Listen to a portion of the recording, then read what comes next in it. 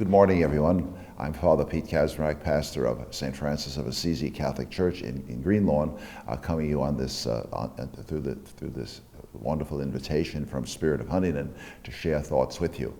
I hope to get back to some things on Medjugorje, which I started last week, but if we don't get there, at least we'll cover another topic, which is a source of joy to me and a very important part of our parish. I'm referring to our local parish conference of what's known as the St. Vincent de Paul Society. And it's always an inspiration to sit down at the meetings, because here you find people who are genuinely interested in the practical side of Christianity, the practical side of our Lord's command to love not only God and to worship Him alone, but also to love our neighbor as ourselves.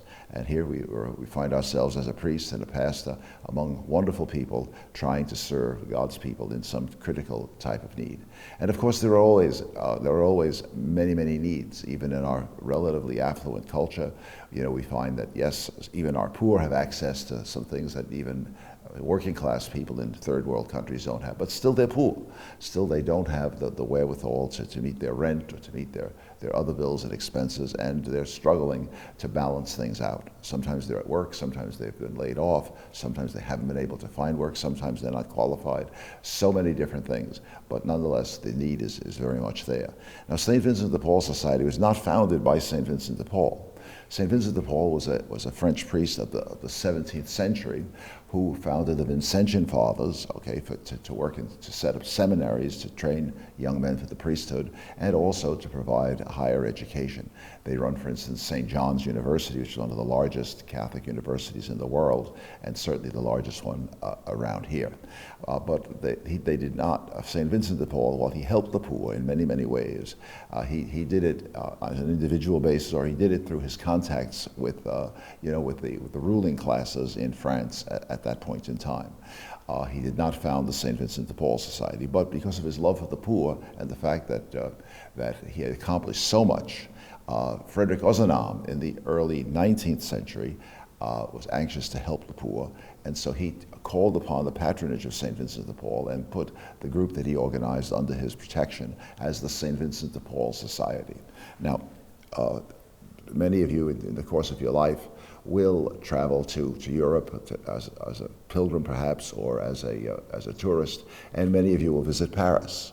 But you probably will not be taken on the short tour anyway to the grave of St. Vincent de Paul, or to some of the other sites that are very important for our Catholic faith right in the heart of Paris. So yes, you'll find on the left bank of Paris, and in the older sections there, you'll find the headquarters of the Vincentian Fathers. Their world headquarters, is there. The annex, one of the European annexes of St. John's University, where young students can spend maybe a half a year or a full semester or a whole year studying abroad. Those buildings are there, and of course the church where St. Vincent himself is buried, and his body is on display. Now, he's not one of the saints whose body is considered incorruptible. No, but he is there to be seen. There's a face mask over him, and he's in his priestly vestments. And of course, there he is, a feisty little Frenchman. Couldn't have been more than 5'1" or 5'2". Okay, certainly not. There are little remains of a little mustache over there, and so forth. But we can see the vigor and the determination and the perseverance and the energy, spiritual energy, radiating out from him even today. So I was reminded by Phyllis Pottinger, who's the current head of our conference, what a time we had on our pilgrimage, climbing up behind the altar there to actually get a look at his body and so forth. But it's a kind of a funny sort of a situation, the way they've erected it there. And a lot of people who are not sure their footing don't make the little trip up in the back. But it is an interesting way of getting the veneration of the saint close to the people in a certain sense.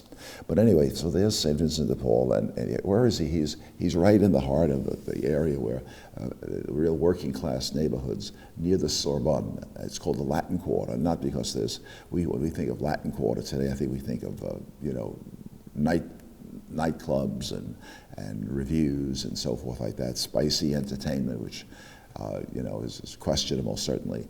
But that's not where the word Latin came from. Came from the fact that in the Middle Ages, this was the university quarter and the common language for these students studying not only theology but other subjects was, of course, Latin.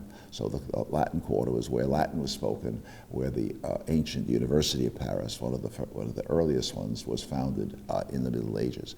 And right in there, of course, is the area where in that wonderful musical, Les Miserables, we see the spirit of people trying to protest against the injustices of the time. Well, Frederick Ozanam was right in the midst of that environment. He was a professor at the Sorbonne. He was very well respected in the literary world, the academic world, but he had the idea of helping the poor directly. He did not get involved in mass protests. He did not get involved in any kind of violent insurrection or anything like that. He identified the poor, he located them, he found what their needs were, and he tried on a one-to-one basis to meet those needs. He wasn't out to change society or anything like that. Okay, so it's an important thing to realize that this is the context of the birth of the St. Vincent de Paul Society. Now, there have been changes in the way things have taken place in recent years. Earlier on in my priesthood, I was operating under the situation where the pastor was more or less in charge of the conference. It was like the right arm of the pastor as far as doing good for people in material need. But they decided they wanted something a little bit different from that. And also there were legal procedures. They were concerned that we find ways of separating out church resources so that people trying to sue the church would not be able to claim everything, but only certain things that pertain to the diocesan properties and so on. So they launched out a whole new way of doing St. Vincent de Paul, almost nearly 100% independent of the pastor, except for his hospitality in inviting the group to meet on his premises. So I don't get involved in making their decisions about how much to help this one or how much to help that one, to pay part of a rent, to give a voucher, to provide food. I don't get involved in those nitty-gritty decisions, but try to offer spiritual encouragement from time to time. So anyway, it's a great. It's a great outfit, really, and a wonderful outlet for people who want to help the poor. Each one does it a little bit differently. Our group has decided here at St. Francis to give the dry goods, the things that are less perishable, and to deliver them by hand in the traditional method of St. Vincent de Paul. For them, the house visit is very important. You don't just have a food pantry and have people come to the pantry. That would not be the house visit is very important, where you sit down together and you find out what the situation is. You listen to who's living there, who's not living there, who's absent, who's present, what are the particulars, and sharing over the kitchen table, you find many other additional ways to help them. At St. Gertrude's, I separated the food pantry from the St. Vincent's, precisely because we wanted to have a more comprehensive pantry, and it would have been more difficult for people to bring fresh milk, butter, eggs, hot dogs, hamburger meat, pasta sauce, and things like that were either perishable or fragile or whatever. But we did that in the other place, and we had an open house system where every Saturday morning from 9 to 12 we were open, and people came to the pantry and we helped them get what they needed and saw that things were easily and fairly distributed. We also worked with many of the food banks and purchased food in bulk, as we do here at St. Francis too. But what a beautiful thing that there's so much spiritual renewal took place in that one area, now celebrated in a kind of a secular way in that musical Les Miserables. But you have in that area also the St. Catherine Labouré and the apparitions leading to the miraculous medal. If you're wearing a medal of Mary right now, 99% chance it's a miraculous medal.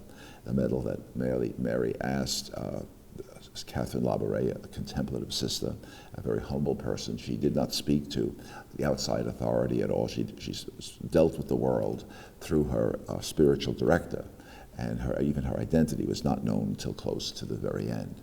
But even in her own lifetime, thousands upon thousands of these medals were printed, and it served to renew the church as people turned back to Mary in prayer and in faith. The church had suffered many setbacks. Many clergy were dispersed, convents were closed, monasteries were closed. Some priests returned to secular life and so forth. There was a great renewal in the church when the revolution was over, and there was a restoration there. And Catherine Labouré, Catherine Labouré was really a part of it. You can also see at that little church that commemorates those apparitions, the chair.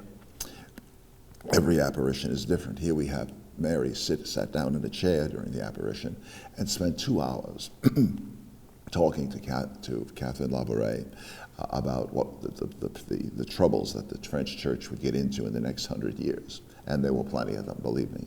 It took Mary 2 hours. It would take any person that length of time even to give an outline of all of the things that would happen. So Catherine then became aware of the urgency of a renewal of prayer life, and this is one of the things that sparked it. Also, you have the Rue des Ursulines over there. That's just a little anecdote. The Ursuline sisters ran a little hostel right there, and seminarians and other clerical students and priests coming through Paris often took a room with the Ursuline sisters at that time. And it was always a wonderful thing because it was almost impossible at the last minute to get any kind of a room without paying a fortune for it in Paris. But a student or somebody like myself passing through would be able to go to the Ursuline sisters, and they had built a 5th floor onto their hostel, but somehow or other they were having trouble getting it connected to the elevator. And not only could you go to the 4th floor, but then you couldn't get from the 4th floor up to the 5th without going out on a balcony and so forth like that. So it was not for everybody, but oftentimes, at least the few times that I was in Paris as a student, I stopped off there. It was only around the block from where Catherine Labouré had those apparitions leading to the miraculous medal. So you can travel to France or Paris and not see any of these things, or you can be looking out for them and really have a whole different sense of the history of the place and what makes Paris special in the eyes of the church and in the eyes of God and in the eyes of anybody who's looking for church renewal. So Frederick Ozanam, he's up for canonization now, and so very well deserved, it certainly seems, and a person we should really get to know a little bit more, because after all, he combines scholarship, the academic, the professional life, literary life, cultural life, with an earnest desire to directly, one-to-one, with personal compassion and care, help poor people. So maybe that's enough for today. Maybe that's enough for today for our inspiration. Next week or next time around, we'll turn again, and we'll have, at that time, some testimonies from the young people about what they experienced at Medjugorje and how it touched them and how it helped them in their faith life. We'll also look at a thing that Mary promoted, a type of prayer called the Jesus Rosary. We'll look at that and we'll discover what that is. Remember, there are many different forms before the Rosary coalesced kind of into the form that we have today, promoted by St. Dominic. There were many ways. There was the Franciscan crown. There was various other ways of tying knots on cloth and praying in a certain way. We'll do the Jesus Rosary and testimonies about Medjugorje next time around. God bless you, everyone. Take care.